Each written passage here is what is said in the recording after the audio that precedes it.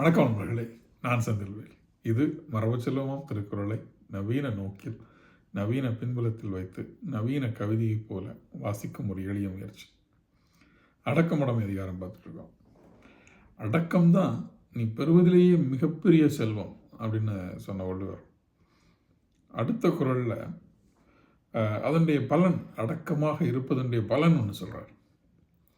செறிவறிந்து சீர்மை பயக்கும், செறிவறிந்து சீர்மை பயக்கும், அறிவறிந்து ஆற்றின் அடங்கப்பெறின். அறிவறிந்து ஆற்றின் அடங்கப்பெறின், செறிவறிந்து சீர்மை பயக்கும். எப்படி வாசித்தாதான் நமக்கு பொருள் ரொம்ப டக்குன்னு புரியும். அறிவறிந்து ஆற்றின் அடங்கப்பெறின். அறிய வேண்டியவைகளை அறிதல் என்பது அடுக்கடுக்காக நடக்கக்கூடியது. அறிவறிந்து ஆற்றின், தொடர்ந்து நிறுத்தாமல் ஒவ்வொரு படிப்படியாக அறிய வேண்டியவற்றை அறிந்தால் மட்டும் போதாது, அதை செயலுக்கு கொண்டு வர வேண்டும். ஆற்றின் செயலாக்கிவிட்டு அடங்கி இருப்பவன் யாரோ. அறிய வேண்டியவைகளை அறிந்து அதனால் செய்ய வேண்டிய செயலை அறிந்து அந்த செயலை செயலாற்றிவிட்டு அந்த செயலுக்கான பெருமிதத்தை தனக்குள் எடுத்துக்கொள்ளாமல் அதை விட்டுவிட்டு அடங்கப்பெறின், அடங்கி இருப்பவன் யாரோ அவனுக்கு என்ன நடக்கும்னா செறிவறிந்து சீர்மை பயக்கும்.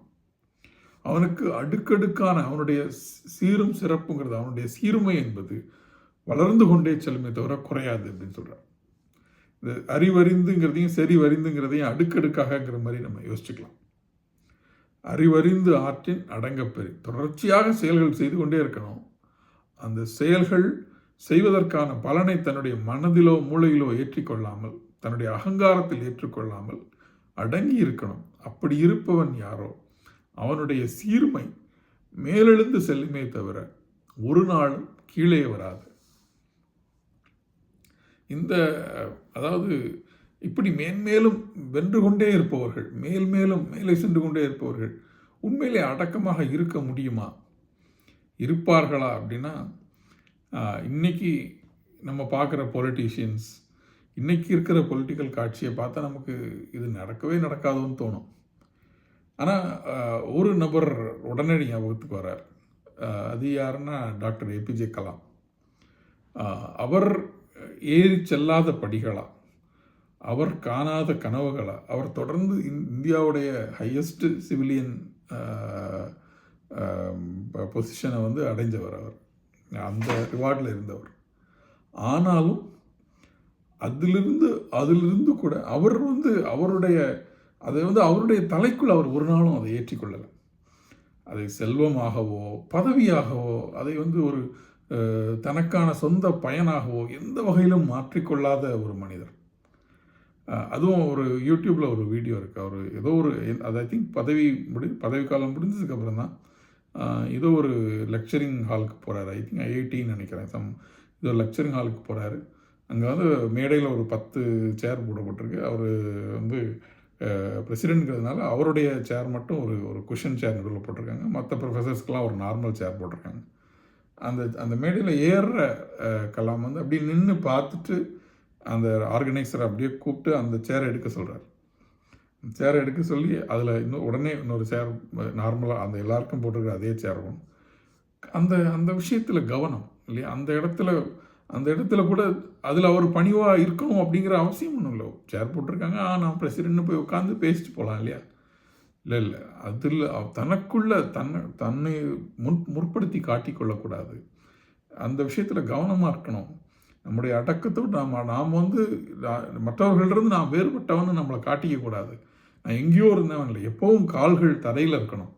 என்னுடைய கனவுகள் வானத்தை நோக்கி இருக்கலாம். இதில் அறிவறிந்து ஆற்றுங்கிறதுக்கும் அவர் பெரிய உதாரணம். கலாம் ஐயாவை பற்றி ஆசிரியர் ஜெயமோகன் ஒரு கட்டுரை எழுதியிருக்கிறார். அந்த கட்டுரையில் சொல்லும்போது சொல்லுவார், இந்தியாவில் அவர் கண்டுபிடித்த நிறைய கண்டுபிடிப்புகள் அவர் மறு கண்டுபிடிப்பு தான் செஞ்சார் அப்படின்னு சொல்லலாம். ஏன்னா மிலிட்ரி டெக்னாலஜிங்கிறதுனால அந்த டெக்னாலஜிஸ் ஆக்சுவலாக நாட்டில் அவைலபிள் இல்லை. கிரையோஜெனிக் என்ஜின்ஸ் முதற்கொண்டு மல்டிபிள் அவருடைய கண்டுபிடிப்புகள் பல நேரடியான கண்டுபிடிப்புகள். அவரை போய் உலகத்தில் எல்லா நாட்டிலையும் சொல்லி இப்போ அதுக்காக அவருக்கு நோபல் பரிசு கொடுக்க முடியாது. ஏன்னா அது இன்ஜினியரிங் கண்டுபிடிப்புகள், அது வந்து நாட்டுடைய பாதுகாப்புக்கான மிலிட்ரி கண்டுபிடிப்புகள். அந்த டெக்னாலஜி ஆல்ரெடி வேறு இடத்துல இருக்குது, ஆனால் நமக்கு தரமாட்டாங்க, ஷேர் பண்ண மாட்டாங்க. அமெரிக்காவோ ரஷ்யாவோ ஆயுதத்தை வேணால் வைப்பாங்களே தவிர அந்த டெக்னாலஜியை ஷேர் பண்ண மாட்டாங்க. அந்த டெக்னாலஜி கிடைக்காத டெக்னாலஜியை உள்ளுக்குள்ளேயே நம்ம இண்டிவிஜுவலிஸாக நம்மளே உருவாக்கணும்னு சொல்லி நிறைய ஆய்வுகள் தனித்தனியாக அவங்க செஞ்சது. கிட்டத்தட்ட பார்த்தீங்கன்னா ஒரு பலன் இல்லாத ஒரு ஆய்வு தான். அவருக்கு அந்த பலனாவது கிடைச்சிது.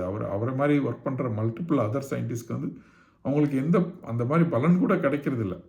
கடைசியாக ஒரு ரிட்டையர்மெண்ட்டு இப்போ ஒரு விழாவில் வரும் ஒரு மாலை போடுவாங்களே தவிர, ஆனால் அவங்க வாழ்நாள் முழுக்க வந்து இந்தியன் டெக்னாலஜி முன்னேறணும், இந்தியா வந்து இஸ்ரோ லான்ச்சஸ்க்காக அவ்வளோ உழைக்கிறாங்க. அந்த மாதிரி மனிதர்களை தான் இந்த குரல் சுட்டுதுன்னு தோணுது. செறிவறிந்து சீர்மை பயக்கும், அறிவறிந்து ஆற்றின் அடக்கம். தொடர்ந்து அதை தான் சொல்கிறார். சிந்திக்கலாம் அவர்களே, மீண்டும் நாளை சிந்திக்கலாம். நன்றி.